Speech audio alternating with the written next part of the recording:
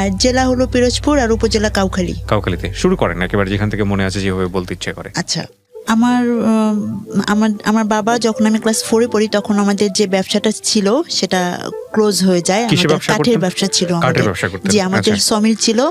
তখন আমি বড়, আমাদের বাসায় আমি আমার মানে ছেলে মেয়েদের মধ্যে বড়, আমি বড়। কয় ভাই বোন ছিলেন আপনারা? আমরা 3 বোন 1 ভাই। 3 বোন 1 ভাই। তখন আমরা 2 বোন 1 ভাই ছিলাম, 1 বোন ছিল না। আচ্ছা।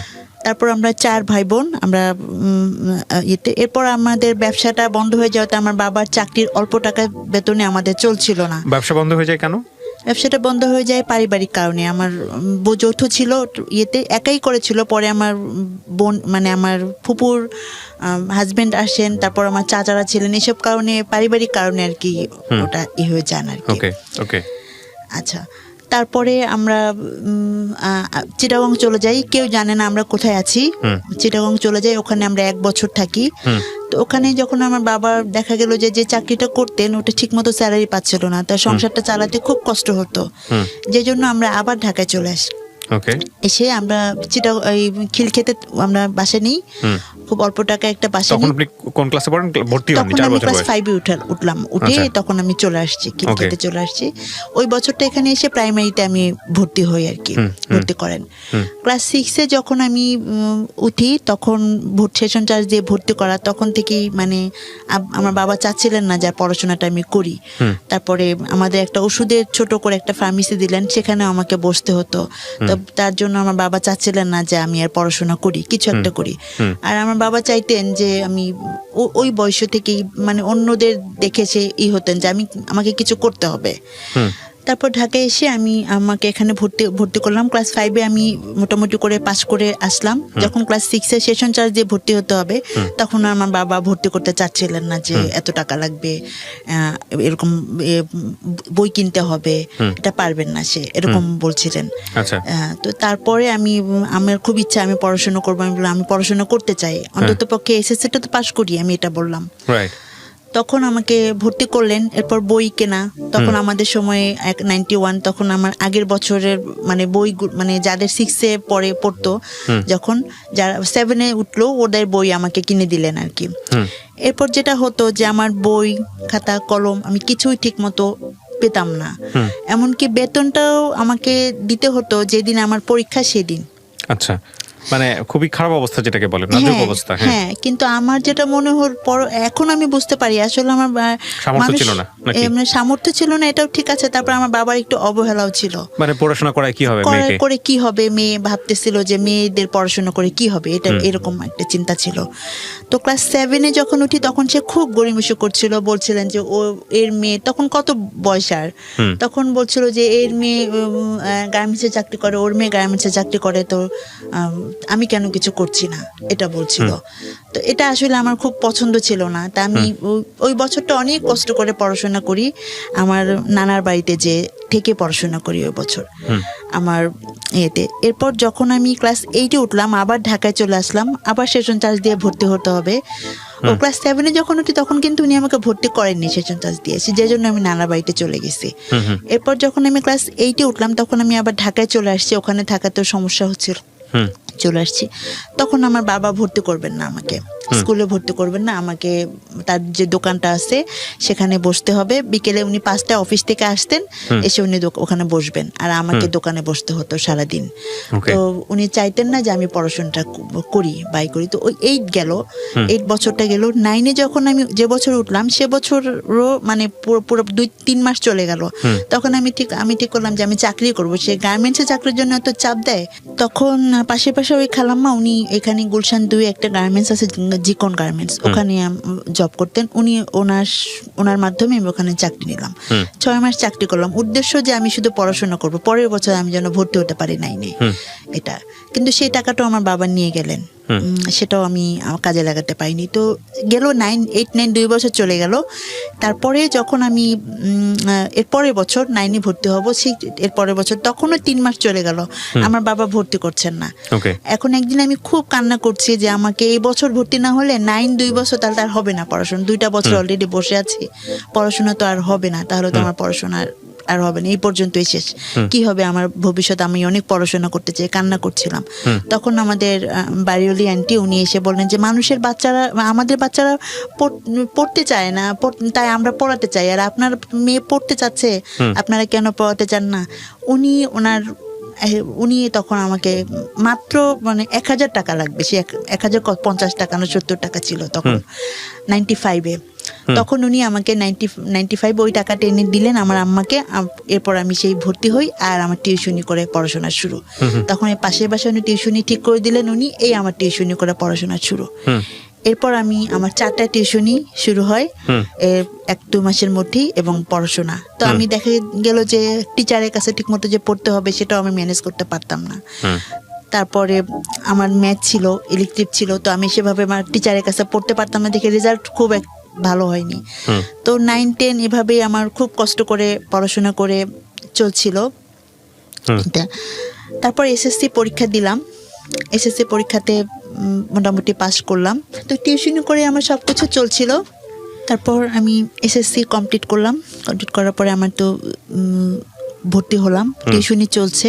তো আমি চাকরিরও চেষ্টা করছি। তা আমার বাবা বলছিলেন যে আর ম্যাট্রিক পাস করে কি চাকরি হয়? তো তখন আমার বাবা বলছিলেন তোকে দিয়ে কিছুই হবে না। এরপর যখন ইন্টার পরীক্ষা দেব তার 3 মাস আগে উনি আমাকে বললেন উনি খাওয়াতে পারবেন না, ওনার পক্ষে খাওয়ানো আমাকে সম্ভব না।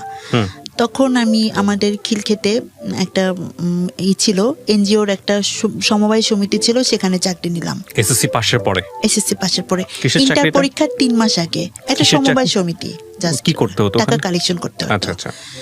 আর আমি কোচিং শুরু করলাম তখন আমি কাওলাতে, আমাদের ওখানে, সেখানে আমাকে হেঁটে যেতে হতো, মানে অনেক কষ্ট হতো ওখান থেকে খিলক্ষেত থেকে কাওলা যাওয়া, হেঁটে রোদের মধ্যে এসে আবার সেই বিকেলে অফিসে যেতে হতো। ওখানে 6টা থেকে 8টা, আবার সকাল 9টা থেকে 12টা, ওখানে আমাকে প্রতিদিন অফিস করতে হতো। আমার তখন সামনে ইন্টার পরীক্ষা, আমি ওই সময় আমার পড়ার দরকার, অথচ আমি তখন কিছু করার ছিল না। তারপর ওখানে 6 মাস চাকরি করলাম, ইন্টার পরীক্ষা দিলাম, ভালোভাবে পাশ করে আসলাম, বিভিন্ন জায়গায় চাকরির চেষ্টা করি। এরপর আমি আমার একটা এনজিওতে চাকরি হয়, ওটা বুটিক শপ থাকে, বুটিকে চাকরি হয়। সেখানেও আসলে মেয়েরা তো পারিবারিক মানে পরিবেশ ভালো না হলে সব জায়গায় চাকরি করতে পারে না। তো আমার এরপর থেকে 2000 সন থেকে 2005 সন পর্যন্ত আমার চাকরির অনেক ইন্টারভিউ দিতে থাকি, কারণ আমার যেহেতু লোক নেই, আমার জনবল নেই, আমাকে চেষ্টা করতে হয়, অনেক চেষ্টা করতে থাকি, কোথাও চাকরি হচ্ছিল না। পরিবার আমার উপর আরও ক্ষেপে যাচ্ছিল যে আমি ইচ্ছা করে বোধহয় চেষ্টা করছি না বা করছি না, কোথাও করলে হয়তো বা হলে চলে আসতে হচ্ছে, পরিবেশটা আমার ভালো লাগে না। এরকম আমার দেখা গেল যে একটা পত্রিকা অফিসে চাকরি হয়েছিল, তারপর একটা এনজিওতে চাকরি হয়েছিল, দুস্থ স্বাস্থ্য কেন্দ্র, সেখানেও আমি 5 মাস করে থাকতে পারিনি, আমাকে সিলেট ট্রান্সফার করে দিয়েছিল। তাহলে ওখানে ট্রান্সফার করে যখন দেয় তখন আমার ওই সময় একটু অনিয়ম দেখে আমার খুব খারাপ লাগছিল, যে জন্য আমাকে ট্রান্সফার করে দিছে সিলেটে। তো তখন আমি যদি সিলেটে যাই আমার গ্রাজুয়েশন ডিগ্রি পরীক্ষাটা দেওয়া হবে না, যে জন্য আমি এটা ক্যান্সেল করে দিলাম। তো ডিগ্রি পরীক্ষা তখন আমার টিউশনি তো চলছেই, এর মধ্যে যখন ডিগ্রি পরীক্ষা তখন রোজার মধ্যে আমার হঠাৎ করে ফর্ম ফিল আপ, আমি 2 দিন আগে জানি যে আর 2 দিন মাত্র সময় আছে ফর্ম ফিল আপের।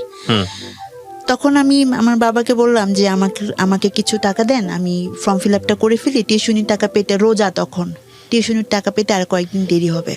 Form fill up for intermediate, এটা হলো গ্রাজুয়েশন। গ্রাজুয়েশন কি একদম কি ফোর্থ ফাইনাল ইয়ার নাকি ফাইনাল ইয়ারে? হ্যাঁ, আমি এর মধ্যে আমি একটু বলি, হ্যাঁ এর মধ্যে জব করছি না তখন, আমি এর মধ্যে ওই যে 5 মাস জব করে চলে আসছি। এর মধ্যে যেটা হলো যে আমি অর্থনীতিতে ভর্তি হয়েছিলাম তিতুমির কলেজে, কিন্তু আমাদের সময় তো প্রতি বছরে পরীক্ষা না দিলেও চলতো, আমি তো টিউশনি করে ঠিক মতো ক্লাস করতে পারতাম না। 3 বছরের পরীক্ষা একবার দিলেই হতো, 3 বছর মেয়াদি ছিল, কিন্তু ওই তখনই 4 বছর করে ফেললো, যে জন্য আমার পরীক্ষা মিস করলাম।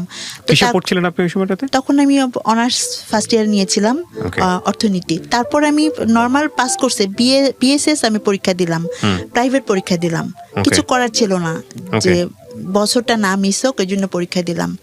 তো পরীক্ষা দেবো আর কি। তো তখন আমি পরীক্ষা দেওয়ার আগ মুহূর্তে আমার বাবার কাছে বললাম যে আমার কিছু টাকা লাগবে, আমি সে ফর্ম ফিল আপ করবো।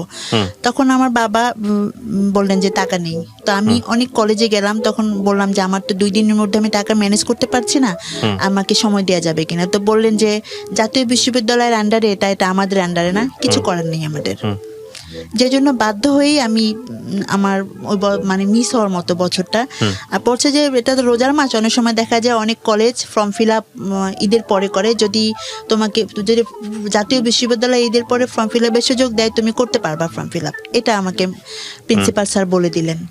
ঠিক আছে, আমি করলাম। তো যাই হোক, আমার ফর্ম ফিল আপটা মিস হলো। আমার বাবা সেই সময়, সে রোজার ঈদ, তখন গ্রামীণ সিম 1200 টাকা, সে গ্রামীণ সিম একটা কিনলেন 1200 টাকা দিয়ে, অথচ আমাকে ফর্ম ফিল আপের টাকাটা দিলেন না।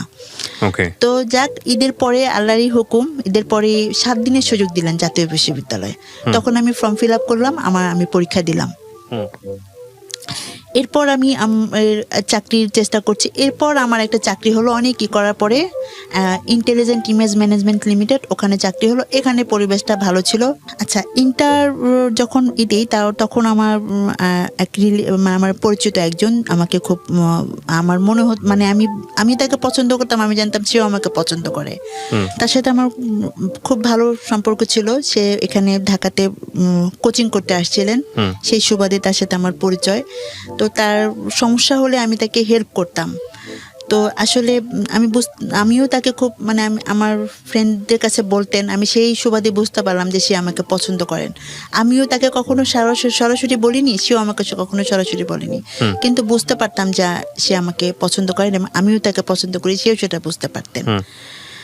তো আমরা মাঝে মাঝে ওই এয়ারপোর্টে যেতাম। এয়ারপোর্টে তখন ঘোরার মতো একটা ছিল, এখন তো নেই, যেতাম। তো আমার একটা বান্ধবী ছিল, তাকে আমরা দুজনই সবকিছু শেয়ার করতাম। আচ্ছা।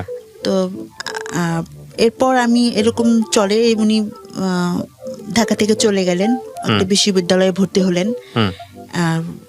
ওনার পরে আমি জানতে পারি ওনাকে নাকি কারা বলছে, এয়ারপোর্টে যখন আমরা একদিন ঘুরতে গেছি, বলছে যে এমন একটা মেয়ের সঙ্গে তুমি ঘুরছো, তোমার ভবিষ্যৎ এত, তুমি দেখতে এত সুন্দর একটা ছেলে, এরকম নাকি বলছে।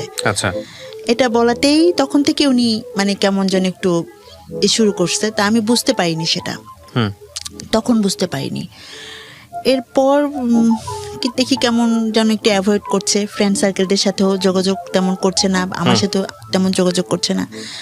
তারপর সবকিছু মিলিয়ে বুঝতে পারলাম যে সে আমাকে অ্যাভয়েড করতেছে, আসলে এটা হবে না। ডাইরেক্টলি কি আপনাকে এরকম বললো নাকি? হ্যাঁ, ডাইরেক্টলি বললো যেটা সম্ভব। ডাইরেক্টলি ঘটনাটা কি ছিল, কিভাবে বললো? ডাইরেক্টলি বললো যে মানে সম্ভব না, এটা তার পক্ষে কন্টিনিউ করা সম্ভব না। আচ্ছা। যাক, তারপর আমিও মানে মনে মনে খুব আমি কষ্ট পেলাম। তারপর আমি এরপর থেকে অনেক বছর আমি আর কখনো এই প্রেম ভালোবাসা নিয়ে ভাবিনি, বা ভাবছি যে না, আমার তো জীবন অনেক, আমাকে উনি বলতেন যে আমার কাছে নাকি শেখার অনেক কিছু আছে। হ্যাঁ, আমার কাছ থেকে উনি অনেক কিছু শিখছেন। উনি সবার সাথে মিশতে পারতেন না, মিশুক ছিলেন না। উনি বলছেন যে আমার কাছ থেকে নাকি উনি অনেক কিছু শিখছেন। আচ্ছা। এসব উনি বলতেন। যখন 4 বছর প্রেম করার পর ওনার সাথে আপনার ব্রেকআপটা হয়ে গেল বা ওনার সাইড থেকে অফ হয়ে গেল, তখন আপনি কি করছেন? তখন আমি ওই যে গ্রাজুয়েশন পরীক্ষার কিছুদিন আগে, এটা আপনার গ্রাজুয়েশন ফাইনালি পরীক্ষা দেওয়ার কিছুদিন আগে, বুঝে পর থেকে ওই যখন আমি 4-এ পড়ি, তখন সেই ব্যবসাটা যখন বন্ধ হয়ে যায়, এরপর সে কয়েকবার ব্যবসা চালু করছে এবং কয়েকবারই সে ব্যবসা করতে পারেনি, লস খেয়েছে।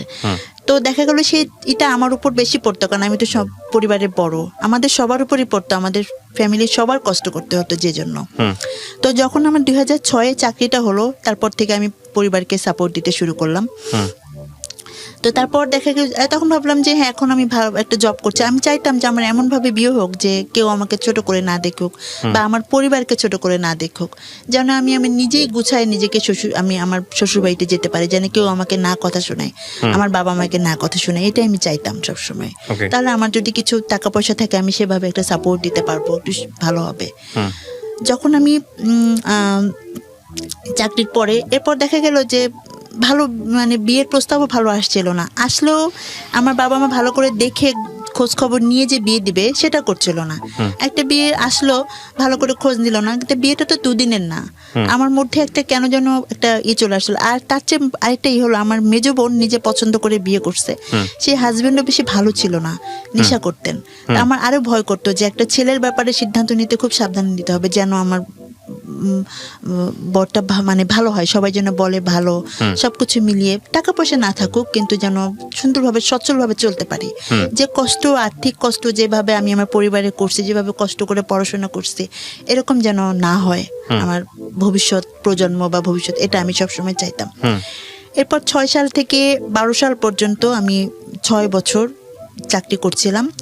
এর মধ্যে আমার বাবা মা বা আমার বিয়ের জন্য ওভাবে আসলে করেননি, এখন ট্রাই ওভাবে করেননি। দু একটা আসলেও দেখা গেল যে ওই যে খোঁজ খবর ভালো মতো নিচ্ছেন না, পারিবারিক তাদের সে নিচ্ছেন না দেখে আমার ভালো লাগছে না। যে একটা বিয়ে আসলো, তার পারিবারিক ব্যাকগ্রাউন্ডটা জানতে হবে, সেটা ভালোভাবে নিচ্ছিলেন না। আসলেই তো আর বিয়ে হয়ে যাওয়াটা করাটা ঠিক না, এসব কারণে আমার বিয়ে হচ্ছিল না। আচ্ছা। তারপর 2009 সালে আমি হঠাৎ করে একটু আমার অ্যাপেন্ডিক্স অপারেশন হলো। আর 2010 সালে এসে আমার হঠাৎ করে একটা গাইনিকাল প্রবলেম শুরু হলো। আচ্ছা। গাইনিকাল প্রবলেম শুরু হলো, কিন্তু কিছু ধরা পড়ছিল না। কি ধরনের প্রবলেম ছিল এটা?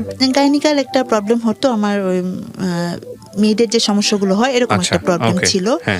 তো এটা প্রতি সবসময় হতো, যে কারণে আমার অফিস করতে সমস্যা হয়ে যেত। ও আচ্ছা আচ্ছা, মানে একটা টাইমলি না হয়ে ইট ওয়াজ ইররেগুলার এবং এনি টাইম, মাসের মধ্যে বিভিন্ন সময় এটা হতো আর কি।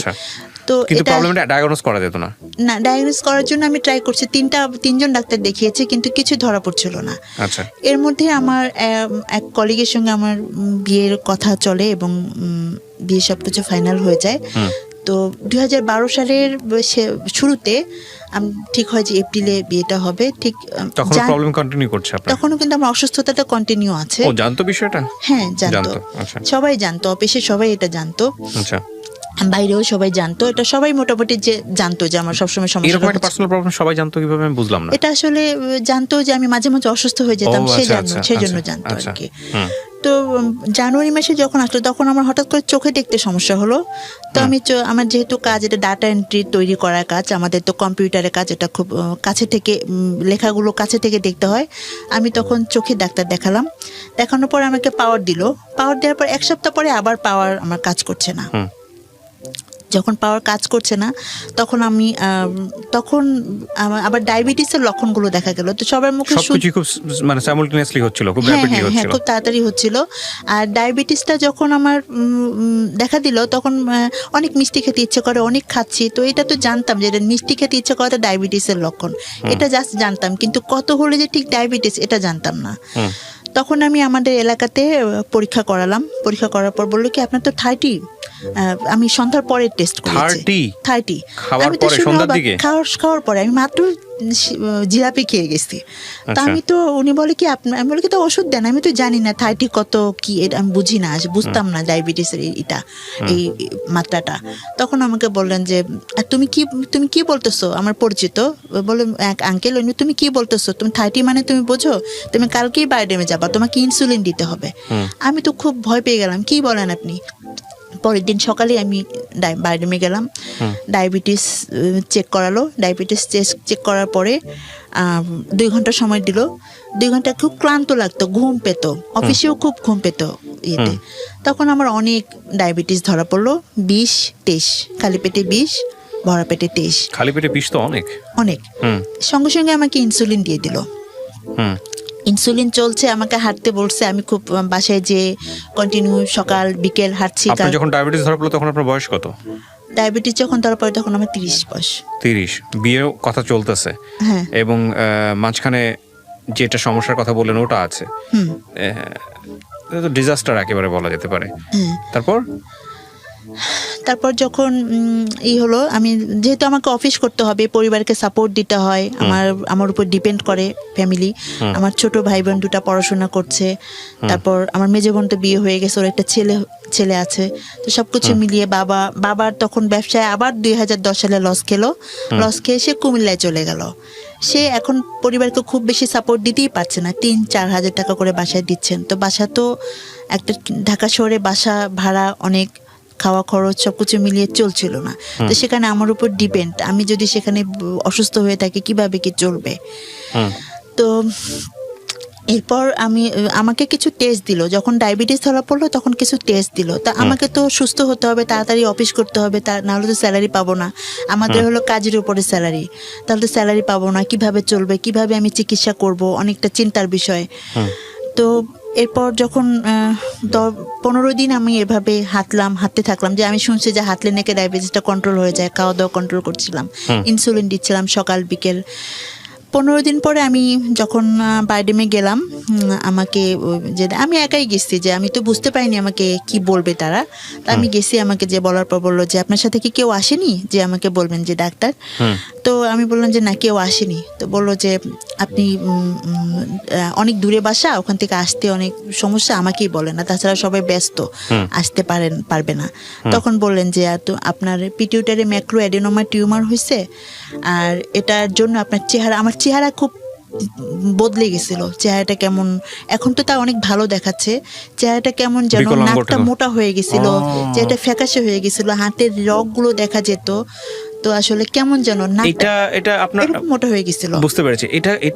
এটা কোথায়, স্থানটা কোথায় টিউমারের স্থানটা? টিউমারটা ব্রেনে, আমার পিটিউটারি ম্যাক্রো অ্যাডেনোমা, এখানে ব্রেনে টিউমারটা। এটা সবারই থাকে, এটাই হলো মেইন গ্রন্থি যেটা পুরো সম্পূর্ণ বডিকে কন্ট্রোল করে। ও মাই গড। তো এটা কি হচ্ছিল, আপনারা ডায়াগনোস করে ধরা পড়লো কিভাবে? আপনার কি ব্রেন বায়োডেমে যখন আমাকে ওই ডায়াবেটিস ধরা পড়লো, তখন ওরা আমার হাতের ইগুলো দেখে, আমি যে 3 জায়গায় ডাক্তার দেখিয়েছি, ওরা কিছু ধরতে পারেনি। উত্তরাতে দেখিয়েছি আমি, ওই যে কচুক্ষেত একটা আর্মি ডাক্তার, ওনাকে দেখিয়েছি, কেউ ধরতে পারেনি এই সমস্যাটা। যখন আমি বায়োডেমে দেখালাম, তখনই ওরা হাতের এই রগগুলো দেখে, চেহারাটা চেঞ্জ দেখে ওরা বললো, তখনই বলে দিল যে হয়তো আপনার একটা গ্রন্থি বেড়ে গেছে, অথবা আপনার মাথায় কোনো টিউমার হয়েছে। এটা ওনারা দেখেই বলছে। আমার চেহারা দেখে, চেহারা কেমন বিটগুটে দেখাচ্ছিল আর কি, নাকটা এমন মোটা দেখাচ্ছিল, চেহারাটা কেমন ফুলেছিল। ওরা তখন আমাকে টেস্ট করালো। হ্যাঁ, ব্রেনের আমার ভিজুয়াল ফিল্ড করা, চোখের ভিজুয়াল ফিল্ড করালো, ব্রেনের একটা এক্সরে করালো। আচ্ছা, ব্রেনে একটা এক্সরে করালো, আর আর কিছু টেস্ট, ব্লাডের কিছু টেস্ট করালো। সেই টেস্টে আমার ধরা পড়লো যে আমার পিটিউটারি টিউমার। তারপর উনি বললেন যে আমার একটা এমআরআই করতে হবে, আর বললেন যে এটা এখন কোনো ব্যাপারই না, আপনি ভয় পাবেন না, বাংলাদেশে এরকম অপারেশন অ্যাভেলেবেল হয়, এখন কোনো ব্যাপার না। কিন্তু আমাদের বায়োডেমে এই অপারেশন নেই, এটা বঙ্গবন্ধু মেডিকেলে যেতে হবে, আপনি ওখানে যোগাযোগ করেন। উনি রেফার লিখে দিলেন। আমি যখন বললেন, তখন আমার কাছে ব্যাপারটা অত কঠিন মনে হয়নি। কিন্তু যখন আমি বের হলাম রুম থেকে, ডাক্তারের রুম থেকে বের হল, বলি কি বললো এটা, আমি তাহলে কি, আমার আয়ু এত কম, আমার ব্রেনে অপারেশন করতে হবে, আর আমি এত টাকা পাবো কোথায়? আমার মধ্যে হতাশা চলে আসলো যে আমি কিভাবে কি হবে।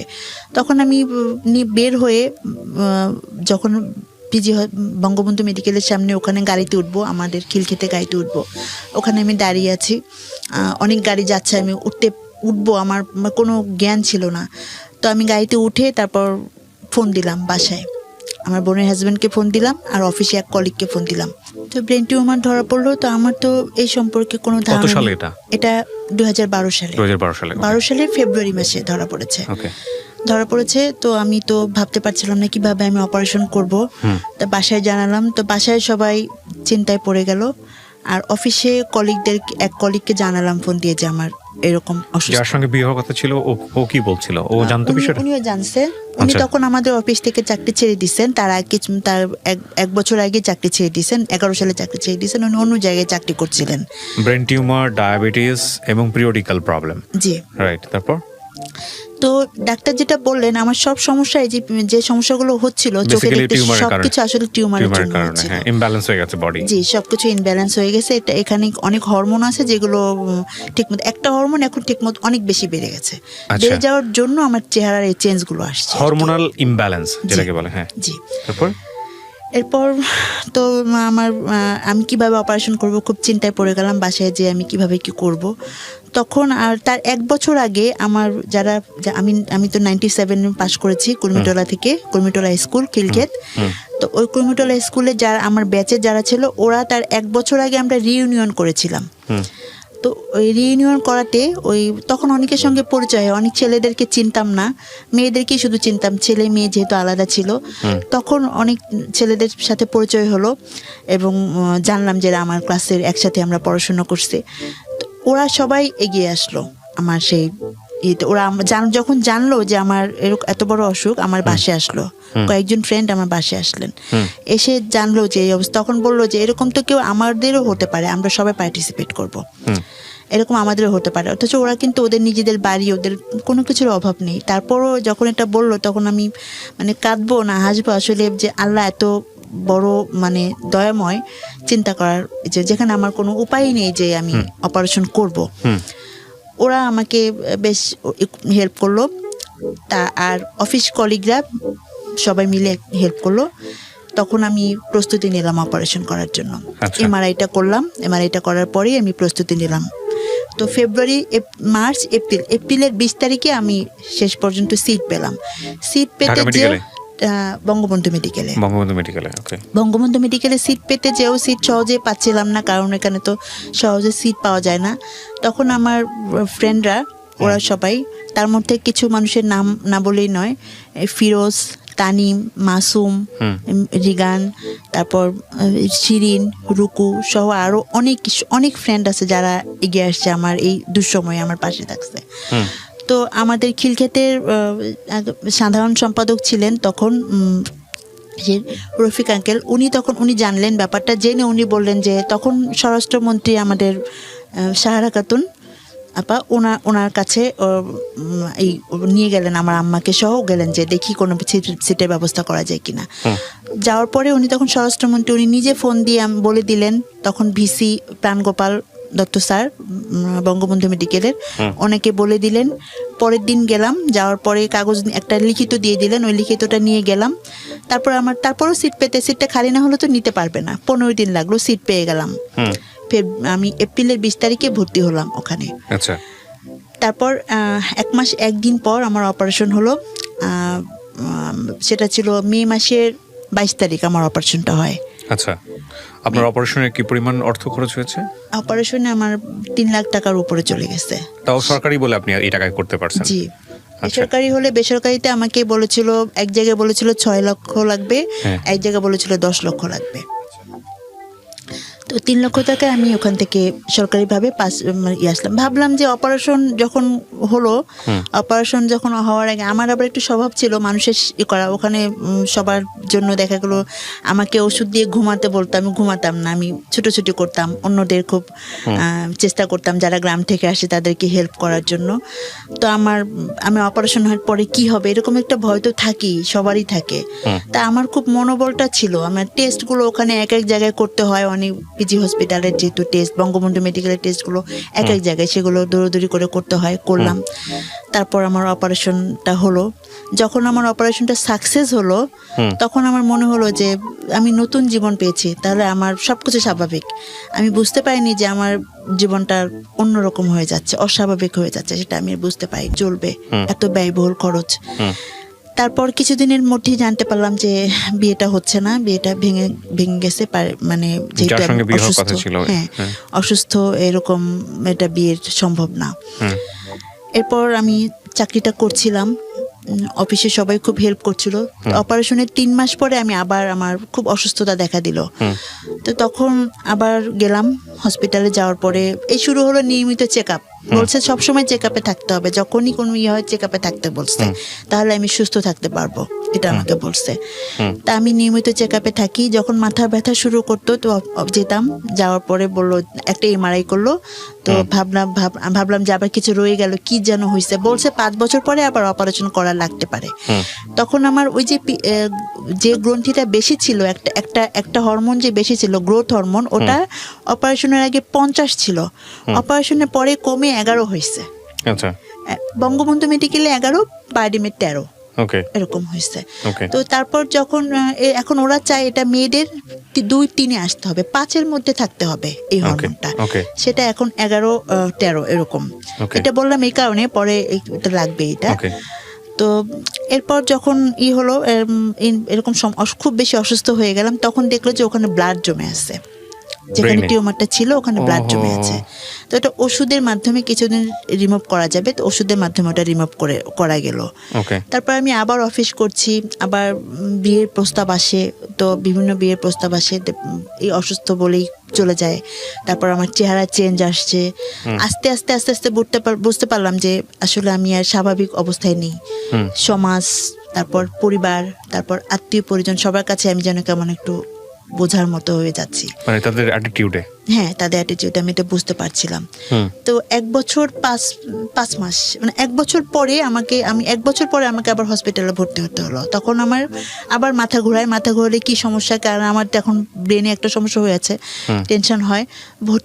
আবার বারডিমে ভর্তি হলাম এবার। বারডিমে ভর্তি করে বললো যে ব্লাড দিতে হবে, আমার হিমোগ্লোবিন অনেক কমে গেছে, 5.6 হয়ে গেছে, ব্লাড দিতে হবে। তখন আমি 4 ভাগ ব্লাড দিলাম, দিয়ে সুস্থ আমি আবার যে অফিস শুরু করলাম। 10 দিন আমি ভর্তি ছিলাম, কয়েকদিন ছুটি কাটালাম, আবার অফিস শুরু করলাম। এই ক্ষেত্রে যেটা বলবো, আমার অফিস আমাকে অনেক হেল্প করছে আমি অসুস্থ থেকে, খুব কাজের ব্যাপারে। তারপর 1 বছর 5 মাস পরে আমার ওই যে গ্রোথ হরমোনটা ওটা আবার বেড়ে যেতে থাকলো, 21 হয়ে গেছে। তখন আমাকে ডাক্তার বললো এটা তো বেড়ে গেল, তো আবার অপারেশন করতে হবে। তখন আমাকে একটা গ্রোথ হরমোনটা কন্ট্রোল করার জন্য ট্যাবলেট আছে, ওই ওষুধটা দিলেন। তো সেই ওষুধটা যখন আমি খেতে দিল, তো আমি 1 মাস খেলাম। 1 মাস খাওয়ার পরই আমার হতাশা শুরু হয়ে গেল, যে আর কি হবে। আমি দেখলাম যে আমার ভবিষ্যৎ নেই, সবার মতো আমার ফ্রেন্ড সার্কেলটা সবার ছেলেদের বিয়ে হয়েছে, মেয়েরা বিয়ে করছে, সবারই বিয়ে হয়ে গেছে। তারা আমার লাইফটা কেন এমন হলো, আমি কেন বোঝা হয়ে গেলাম সবার কাছে। সমাজে সবাই কেউ আমাকে দেখে খুব কষ্ট পাচ্ছে, কিন্তু পেছনে যে আমাকে নিয়ে বদনাম করতেছে। এই যেমন অসুস্থতা আমার নিজের দান, আমি নিজে নিয়ে আসছি আল্লাহর কাছ থেকে চেয়ে। আমার বিয়ে হচ্ছে না, এটাও আমার দোষ, সবকিছু আমার উপর মানুষ বলছিল দোষ। তো এটা আমি মেনে নিতে পারছিলাম না, বিভিন্ন কারণে মেনে নিতে পারছিলাম না, আমার খুব কষ্ট হচ্ছিল। তা আমি অনেক হতাশায় চলে গেলাম। তখন আমি ওই ওষুধটা, ডাক্তার বলছে ওষুধটা তাদের পরামর্শ ছাড়া মিস করা যাবে না। আমি অনেক ওষুধ তাদের পরামর্শ ছাড়া বন্ধ করে দিলাম, যে আর ওষুধ খেয়ে কী হবে, আর বেঁচে থেকে কী হবে, আমার জন্য মৃত্যুটাই শ্রেয়। ঠিক তার 6-7 মাস পরে, মানে আমার ঠিক অপারেশনের 2 বছর পরে 14 সালে এই আমার ওই ওষুধটা মিস করার কারণে আমার ওই হরমোনটা বেড়ে 30 হয়ে গেল। তখন আমাকে যেটা করলো যে এখন রেডিওথেরাপি দিতে হবে, এছাড়া কোনো উপায় নেই। রেডিওথেরাপিটা না, শুধু আমার ভুলের জন্যই রেডিওথেরাপিটা দিতে হলো। রেডিওথেরাপিটা রেডিওথেরাপিটা যখন দিলাম, তখন মহাখালী ক্যান্সার হসপিটালে রেডিওথেরাপিটা দিলাম। ওখানে আমি থেরাপিটা দিচ্ছিলাম, 30টা থেরাপি দিলাম। 30টা থেরাপি দেওয়ার পর তখন আমার কিছু সাইড ইফেক্ট শুরু হলো, বেশ কিছু রেডিওথেরাপির যে সাইড ইফেক্টগুলো হয়, আমি বেশ অসুস্থ হয়ে গেলাম। এবং তার থেরাপিটা শেষ হওয়ার পরে 2 মাস পরে আমার আবার হসপিটালে ভর্তি হয়ে টেস্ট করে দেখবে কি করতে হবে। এরপর থেকে যেটা হলো, প্রতি বছরই আমাকে হসপিটালে ভর্তি হতে হতো। তো ওই 3 মাস পরে যখন আমি ভর্তি হলাম, তখন আমাকে দেখলো যে ব্লাড আবারও কমে গেছে অনেক, আর ওই হরমোনটা কিছুটা কন্ট্রোলে আসছে। যখন ব্লাড কমে গেছে, তখন ওই ব্লাড দেওয়ার জন্য অনেক ট্রাই করলো, 3 ব্যাগ ব্লাড আমার যে দিল, কিন্তু ব্লাড নিচ্ছিল না শরীরে, কোনোভাবে ব্লাড দিতে পারছিল না। তো যখন আমি ওই রেডিওথেরাপিটা, তখন আমি বাসায় বসে থাকতাম, অফিস নাই। ওই সময় আমি ছোটোবেলা থেকে লিখতাম, কিন্তু লেখাটা ওভাবে পত্রিকাতে ছোটোখাটো এমনি লিখতাম, কিন্তু এটা যে কখনো মানে ওইভাবে লিখবো ভাবতে পারিনি। যখন আমি দেখলাম যে আমি একা হয়ে যাচ্ছি, পারিবারিক কারণে, সামাজিক কারণে, সব কিছু, তখন আমি আমার কথাগুলো লিখে রাখতাম, খাতায় লিখে রাখতাম হাতে। তো এরকম লিখতাম। তো তখন আমি যখন রেডিওথেরাপিটার সময় আমার বেশিরভাগ লেখাটা ওই সময়টাই লিখছি। তারপর যখন 3 মাস পর হসপিটালে ভর্তি হলাম, ওই সময় যখন হসপিটালে ব্লাডটা নিচ্ছিল না, তারপর আমি আরও বেশি আমার লেখাগুলো আরও লিখলাম, যে আমি তাহলে কি আমি আর সুস্থ হব না। এরপর আস্তে আস্তে করে আরও অসুস্থ হয়ে গেলাম। রেডিওথেরাপি যখন আমাকে ব্লাডটা দিতে পারলো না, তার 2-3 মাস পর আবারও হসপিটালে ভর্তি করে এবার একটা ইঞ্জেকশন দিয়ে তারপর আমাকে ব্লাডটা দেওয়ার চেষ্টা করলো। এই সময় যখন ব্লাডটা দিল, ব্লাডটা নিল, তো ঠিক তখন বইমেলা চলে আসছে।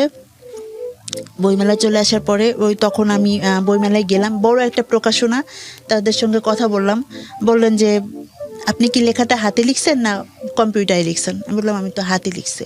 বললো আপনাকে কম্পিউটারে টাইপ করে তারপর আমাদের কাছে মেইল পাঠান। উনি ফোন নাম্বার দিল আর একটা মেইল অ্যাড্রেস দিলেন।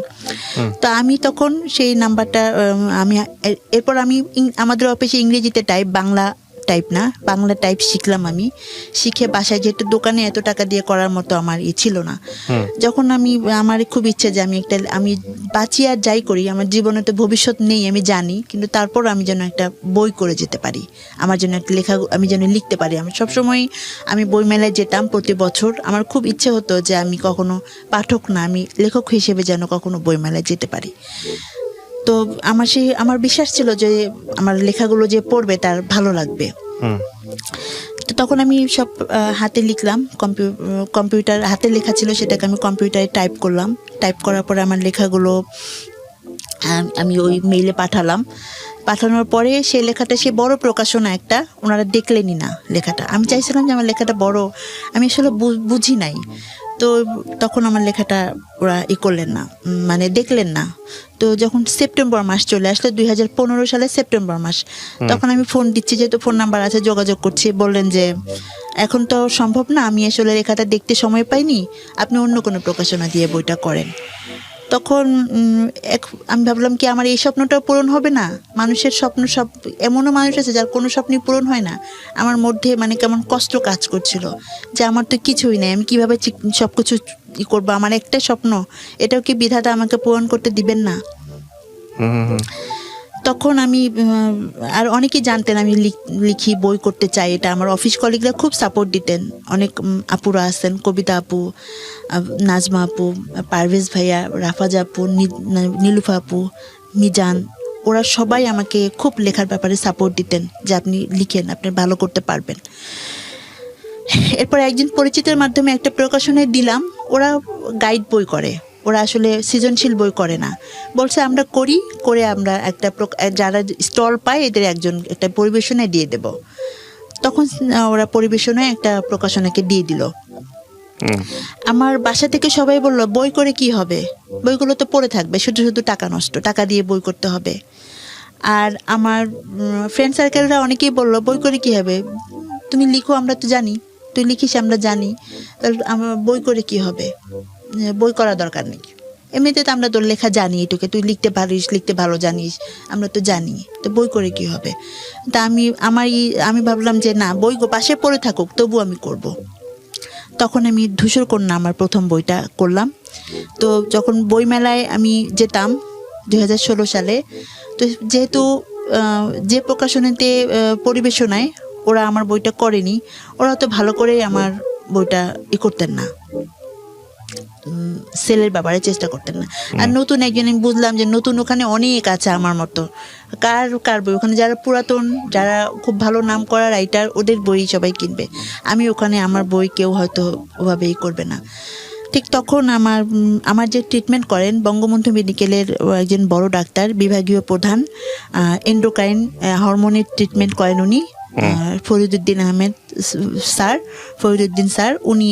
ওনাকে আমি একজন জুনিয়র ডাক্তার আমাকে দেখতেন, হালিম স্যার, উনিও লেখালেখি খুব পছন্দ করতেন, কবিতা লিখতেন। তো উনিও বললেন যে এখন লেখালেখি করে কিছু হবে না, এখন অনলাইনের যুগ, এখন ডিজিটাল যুগ, এখন তো সবাই এতেই পড়ে, কোনো নেই, তারপর তুমি যখন করতে চাও করো। তো করলাম, বইটা করে আমি জাস্ট কিছু বই নিয়ে ওই সার্কিটই থেকে, হালিম সার্কিটই গেছি। উনি বললেন যে একটা স্যারকে বই দেন, নাম লিখে দেন, উনি কী লিখতে হবে তাও বলে দিলেন।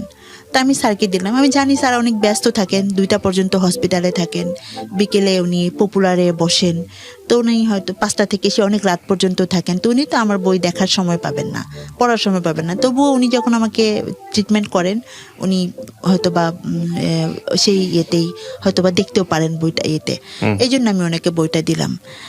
আমি এক সপ্তাহ বইটা দিয়ে, আর 1 সপ্তাহ পরে আমি হসপিটালে গেলাম, আমাকে ভর্তি হইতে হবে আবার, যেহেতু প্রতি বছর আমাকে ভর্তি হইতে হয় কোনো না কোনো কারণে, এরপর থেকে 16 সাল থেকে যেটা হলো, আমার হরমোন ওই বছরই, যখন ভর্তি হব তখন এরপর থেকে অনেক হরমোন ইনব্যালেন্স হয়ে গেল। শুধু ওই যে গ্রোথ হরমোনটা প্রবলেম ছিল, ওটা মোটামুটি কন্ট্রোলে চলে আসলো, কিন্তু sodium, potassium, haemoglobin, steroid, thyroid, others হরমোনগুলো ইনব্যালেন্স হয়ে গেল, কোনোটা কম কোনোটা বেশি, এরকম প্রবলেম হয়ে গেল। আমাকে সব ওষুধ খেতে হবে, আমাকে জানালো যে সব ওষুধ খেতে হবে। তখন ওই 1 সপ্তাহ পরে আমি যখন গেলাম, তখন টেস্ট করার পরে উনি আমাকে ভর্তি হতে বললেন। ভর্তি করার পরে উনি আমাকে, ওনাদের একটা কর্নার আছে, ওখানে ডেকে অনেক জুনিয়র ডাক্তাররা ছিলেন, ওদের সামনে উনি বললেন যে এই তোমরা কি ও জানো ও আমাদের পেশেন্ট, এই পেশেন্ট কি একটা বই লিখেছে, সেই বইটায় যে তথ্যগুলো লিখেছে, এমআরআই করার পরে কি অবস্থা হয়, হসপিটাল জীবন কেমন হয়, আশেপাশে যেই থাকে মৃত্যুগুলো কেমন হয়, এগুলো কিন্তু আমরা অনেক কিছু জানি না। আমরা একটা পেশেন্টকে চিকিৎসা দিয়ে ছেড়ে দিই, তারপর সেই পেশেন্টের মনের অবস্থা কি হয় আমরা এটা জানি না। এই পেশেন্টটা কেমন থাকে, কি অবস্থায় থাকে আমরা কিছু জানি না, আমরা চিকিৎসা দিয়ে ছেড়ে দিই। তো এই বইটা অনেক কিছু শিক্ষামূলক আছে, অনেক কিছুই আছে, যে আমি ওখানে অনেক মৃত্যু দেখেছি, যে আমার চোখে সেই মৃত্যুগুলো আমি লিখেছি আমার বইটাতে, যা আমার খুব খারাপ লেগেছে। আমার রুমে যে অনেকগুলো মানুষ মারা গিয়েছে, তারপর আমার মতোই একটা মেয়ের অপারেশন হয়েছে, সেই মেয়েটাও মারা গিয়েছে, ওগুলো আমি আমার বইয়ে তুলে ধরেছি। তো তখন স্যার বললেন যে ওর বইটা তোমরা সবাই পড়ে দেখবা, এখানে অনেক কিছু শিক্ষামূলক আছে, এটা সমস্ত সব ডাক্তারদের কাছেই থাকা উচিত এই বইটা। আমি তো একদম পুরাই অবাক হয়ে যাই যে উনি আমার বইটা কখন বললেন যে আমি বইটা পড়বো কখন, সময় পাচ্ছিলাম না। আমি যখন গাড়ি দিয়ে বাসায় যাই বা হসপিটাল থেকে, তখনই আমি ওর এই 2-3 দিন ওর বইটা পড়ে শেষ করছি। তা আমার ওর বইটা খুব ভালো লাগছে, তোমরা সবাই ওর বইটা পড়বা। উনি আমাকে ভর্তি লিখে দিলেন।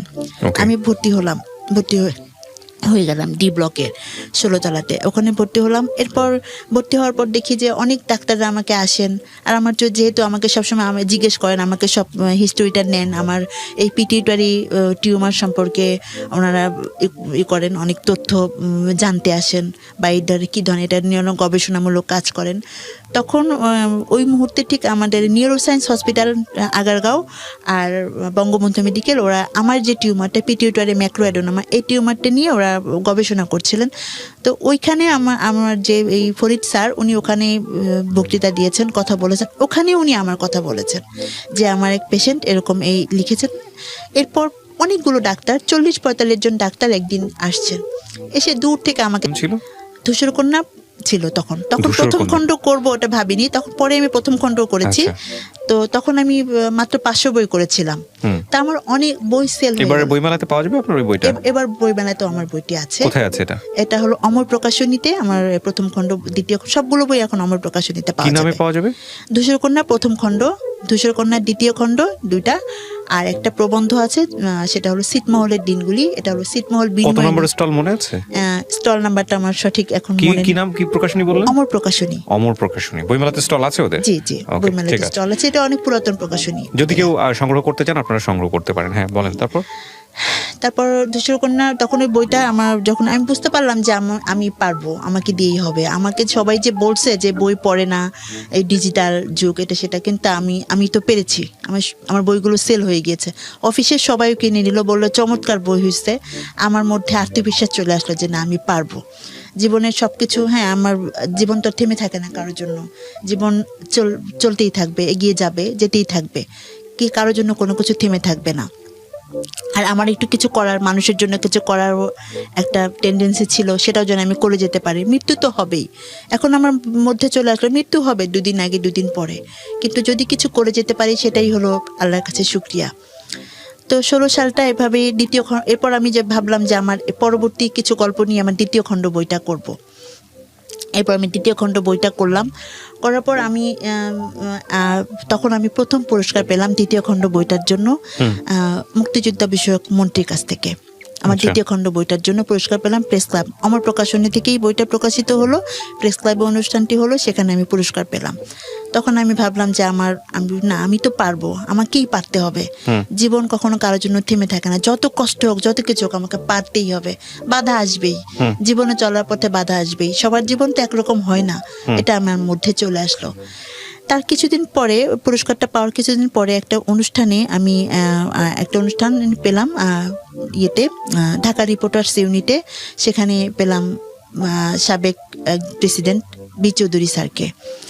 তো উনি এমন একজন বয়স্ক একজন মানুষ, আমি জাস্ট তখন আমার 2টা বই বেরোলো, প্রথম খণ্ড দ্বিতীয় খণ্ড, 2টা বই মাত্র বের হয়েছে। তো 2টা বই আমি ওনাকে দিলাম। দেওয়ার পরে উনি বললেন তোমার উনি তো ডাক্তার, উনি আমাকে দেখিয়ে বুঝলেন তুমি অ্যাক্রোমেগালি পেশেন্ট, তোমার এই সমস্যা। তো এতে আমি বললাম জি। অ্যাক্রোমেগালি হলে যেটা হয় চেহারার মধ্যে একটা চেহারাটা চেঞ্জ আসে, নাকটা কেমন চেঞ্জ হয়ে যায়, চেহারাটা কেমন চেঞ্জ, উনি আমাকে দেখিয়ে বুঝতে পারলেন। হয় আমি আরেকটা ইন্টারভিউ করেছিলাম অ্যাক্রোমেগালির উপরে। এটা একটু বেড়ে গেছে আমার, এটা এরকম আমার চেহারাটা এরকম ছিল না, এরকম কিছু চেঞ্জ আসে, চেঞ্জগুলো উনি দেখে বুঝতে পারলেন, স্যার দেখে বুঝতে পারলেন।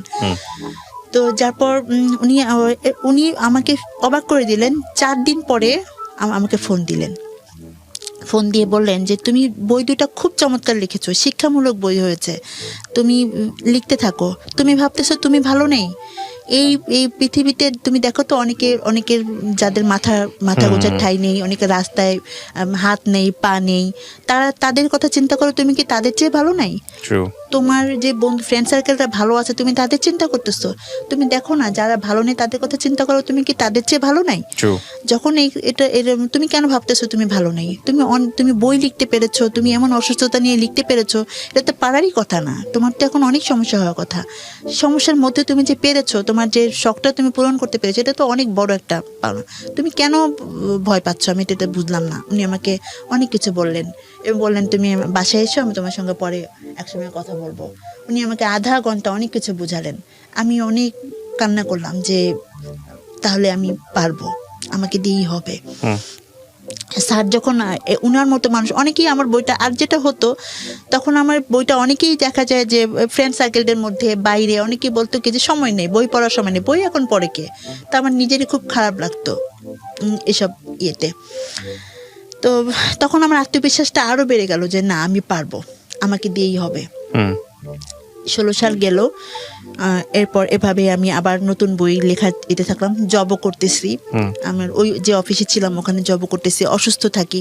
তারপর ওনারা আমাকে অনেক স্যাক্রিফাইস করেন, অফিসে সবাই একটু অসুস্থ হলে আমাকে বাসায় পৌঁছে দেওয়ার ব্যবস্থা করেন, তারপর আমার বই নেন, এভাবে আমার চলছিল।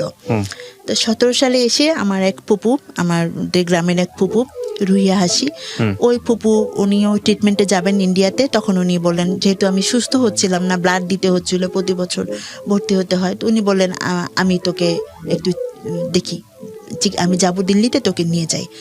ওখানে যাওয়ার পর আমি জানতে পারলাম যে আমাকে একটা ইনজেকশন দিতে হবে, যেটা অনেক কস্টলি।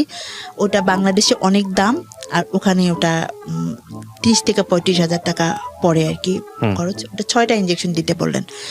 তো তখন আমি এত টাকা কোথায় পাবো? আমার বই সেল চলছিল, অফিস সবকিছু মিলিয়ে। তখন ওই ফুপুই আমাকে হেল্প করেছেন ওই 6টা ইনজেকশনের ব্যাপারে, সবটুকুই উনি অনেকের কাছ থেকে কারেকশন করে দিয়েছেন, নিজে দিয়েছেন। এভাবে আমার 6টা ইনজেকশন দেওয়ার পর মোটামুটি সুস্থ।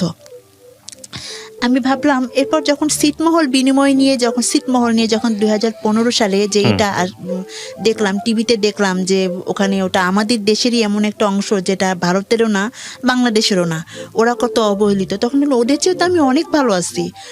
ওদের ভোটার আইডি নেই, ওদের কোনো পরিচয় নেই, ওরা হসপিটালে ভর্তি হতে পারে না, ওরা পড়াশোনা করতে পারে না, ওরা এত অবহেলিত ছিল এত বছর। আমার খুব কষ্ট লাগলো। তখন মনে হলো যে আমি ওখানে যাব, আমি ওদেরকে নিয়ে লিখবো, ওদের কাছ থেকে তথ্য নিব, জানবো। আমি 21 চ্যানেলে, তারপরে এটিএন বাংলায় নিউজ দেখলাম। তখন যে নিউজগুলো দেখে আমার খুব খারাপ লাগলো যে আমি যাব ওখানে, যে আমি তথ্যগুলো নেব। এরপর আমি ছিটমহল গেলাম, দাসিয়ার ছড়া সেই নাগেশ্বরী, ওখানে গেলাম। ওখানে যে থেকে সেই তথ্যগুলো নিলাম, নিয়ে ছিটমহলের সেই তথ্য নিয়েই একটা বই লিখলাম, একটা বই করলাম, প্রবন্ধ করলাম, ছিটমহলের দিনগুলি। সেই বইটার নাম দিলাম। সেখানে বর্তমানে বাংলাদেশের মানচিত্রের কি অবস্থা, তারপরে মানচিত্র আমাদের বেড়েছে, গবেষণা করে সেই বইটা আমি করেছি। আল্লাহর কাছে শুকরিয়া যে অসুস্থ অবস্থায় করতে পেরেছি। ওই বইটা করার পরও আমি একটি পুরস্কার পেয়েছি, ছোট একটা পুরস্কার পেয়েছি। তো এভাবেই ওই বইটা আমি 18 সালে আমার বইটা পাবলিশড হয়। এরপর বইটা হাসানুল হক ইনু স্যার, উনি বইটার মরুকোন্মোচন করেন। মরুকোন্মোচন করার পর উনি বলেন যে বইটাকে আমি পেতে পারি ওই ইয়েতে? অবশ্যই, তার হাতে বই ছিল, বইটা নিয়ে গেছেন। তো যাক আমি বুঝলাম যে আমি পারবো, আমাকে থেমে গেলে চলবে না, যত বাধা আসুক। এর মধ্যে এখন আমি ওই ইঞ্জেকশনগুলো দেওয়ার পর আমি আর অফিস করতে পারছিলাম না, অফিসটা একদমই করতে পারছিলাম না। মাঝে মাঝে খুব অসুস্থ হয়ে যাই, আবার কত স্যাক্রিফাইস করবে। 2012 সাল থেকে শুরু করে 2017 সাল পর্যন্ত 5 বছর অনেক স্যাক্রিফাইস করেছে অফিস আমাকে। তো তারপর আমার আমাদের বই কিনেও অনেক সহযোগিতা করে অফিস। 17 সালের যখন 18 সালে বইটা করলাম, এরপর 18 সালে আবার এরকম হসপিটালে ভর্তি হলাম, আবার অসুস্থ হই। এখন আমাকে চিকিৎসা কে করবে, কিভাবে করব আমি চিকিৎসা? তখন আমাদের কিছু রিলেটিভদের মাধ্যমে আমার বইগুলো বিভিন্ন জায়গাতে, আর সেই আমার যে ডাক্তার উনি বেক্সিমকো কোম্পানি থেকে বিভিন্ন কোম্পানিতে বলে দেন, তো আমার বইগুলো সেল হয়। এভাবেই আমি তখন আমার চিকিৎসাটা চালিয়ে নিচ্ছিলাম। চিকিৎসাটা চালাতে হবে। আর আমাকে আমার বাবা বলেছে খাওয়াতে পারবে না, 17 সাল থেকে বলছে খাওয়াতে পারবে না। সে তো তাকে সেই 10 সাল থেকে অল্প টাকা চাকরি করছে, অল্প টাকা স্যালারি পাচ্ছে, সে দিয়ে সে করছিল না। আমাদের বাসাটা চলে আমার ভাই বোন, আমার বাবা সবাই মিলেই এখন আমি কি করি, এভাবে চলে এখন সংসারটা। বাসা ভাড়া আমার ভাই বোন বর্তমানে আমার হেল্প করছে, ভাই বোন মিলে বাসা ভাড়াটা দিচ্ছে। আপনি এখন জব কিছু করেন না? আমি এখন কিছু করছি না, এখন আমি অনলাইনে একটু টুকটাক কাজ করি। আর তারপর যখন ছিটমহলের দিনগুলি বইটা করলাম, প্রবন্ধটা করলাম 18 সালে, এরপর আমি আবার 18 সালে হসপিটালে ভর্তি হতে হলো। আপনার এই গল্পটা আপনি রেডিওতে কেন বললেন? আমি চাই যে অনুপ্রেরণা হিসেবে কাজ করুক, যে মানুষের জীবন অনেক বাধা আসবে। আপনি নিজে ফ্রাস্ট্রেটেড হন না? হ্যাঁ, হই। তারপর আমি আবার নিজেকে ঠিকই আমি আমার ফ্রাস্ট্রেটেড হওয়ার পর আবার মনে হয় যে না, আমি পারবো, এটা হই। এখন আর হই না। বোঝান কিভাবে নিজেকে? আমি নিজেকে বোঝাই যে না, তারপর তো এটা জীবন তো থেমে থাকবে না, চলতেই হবে। কিছু যদি করে যেতে পারি ভালো কাজ, সেটাই বা কজন পায় আজকেরই। রাইট, বলেন। হ্যাঁ, বলেন। আমার মতো করে আমি যেভাবে ভাবছি সমাজকে নিয়ে, সেটা যে একটা সুস্থ মানুষ নাও ভাবতে পারে। আমি অসুস্থ নিয়ে যেটা করতে পারছি, একটা সুস্থ মানুষ সেটা নাও করতে পারে। তারপর তো আমি এখন প্রতি বছর যদি একটা বই করতে পারি, সেটাই বা কম কিসের? এটাও তো আমার জীবনে একটা বড় পাওয়া। এই গল্পটা আমি যখন শুনছিলাম, আমি বিভিন্ন রকমের কাজ করতে করতে সাধারণত গল্প শুনি। এটা আমার একটা সিক্রেট আমি আজকে বলি। আপনি দেখছিলেন আমি মোবাইল টিপছিলাম। জি। এটা আমি খুব সচেতনভাবেই করি। কেন করি জানেন? তার কারণটা হচ্ছে, আমি যখন রেডিওতে গল্পটা শোনাবো দর্শকদের বা শ্রোতাদের, ওরাও আমার মতো মোবাইল টিপতে শুনবে, কিংবা ওরা অন্য কাজ করতে করতে শুনবে। খুব অ্যাটেন্টিভ লিসনার যারা আছে তারা একদম খুব মনোযোগ দিয়ে শুনবে, সবকিছু কাজ ফেলে রেখে। কিন্তু আপনার গল্পের শক্তিটাই হলো আমাকে মোবাইল থেকে সরিয়ে নিয়ে আপনার গল্পটা শোনানো। এটা যদি আপনার গল্পের মধ্যে কিংবা যিনি গল্প বলছেন তার মধ্যে যদি থাকে, তাহলে আমি মনে করি আমাকে যদি অ্যাটেনশনটা নিতে পারে, আমার দর্শকদের বা শ্রোতাদেরও অ্যাটেনশন নিতে পারবে। সেই অর্থে আপনারা যখন গল্প বলেন, আমি বিভিন্ন রকমের কাজ করি, মোবাইল টিপি, এটা করি ওটা করি, কনসেন্ট্রেশন আমি দেই না। মানে একজন শ্রোতা যেভাবে করবে আমি ঠিক সেভাবেই করি।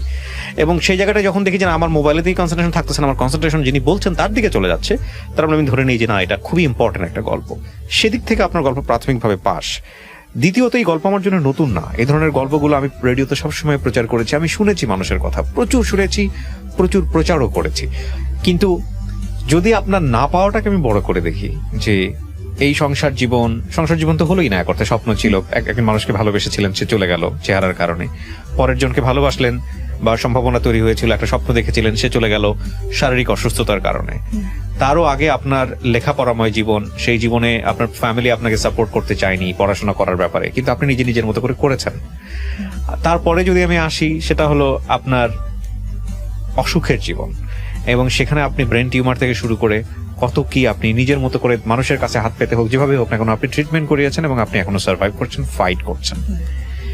আপনার এই গল্পটা ইতিহাসের পাতায় লেখা থাকবে না, কিন্তু আপনার মতো অসংখ্য নারী বাংলাদেশে আছেন যারা নিজের জায়গাটা থেকে নিজেকে স্টাবলিশ করার জন্য, নিজেকে টিকিয়ে রাখার জন্য প্রতি মুহূর্তেই ফাইট করছেন। আমি জানি আপনি যখন 10 জন অচেনা মানুষের কাছে যাবেন, এই আপনার ফার্স্ট কোয়েশ্চেন থাকবে আপনি বিয়ে করেছেন কিনা। এটা নিশ্চয়ই আপনাকে ফেস করতে হয়। বাচ্চা কাচ্চা আছে কিনা ফেস করতে হয়। এবং আপনি যে গল্পটা আজকে 1 ঘন্টা সময় নিয়ে বললেন, 1 ঘন্টা ধরে তো আপনি তাকে বোঝাতে পারবেন না যে আপনি কেন বিয়ে করতে পারেননি।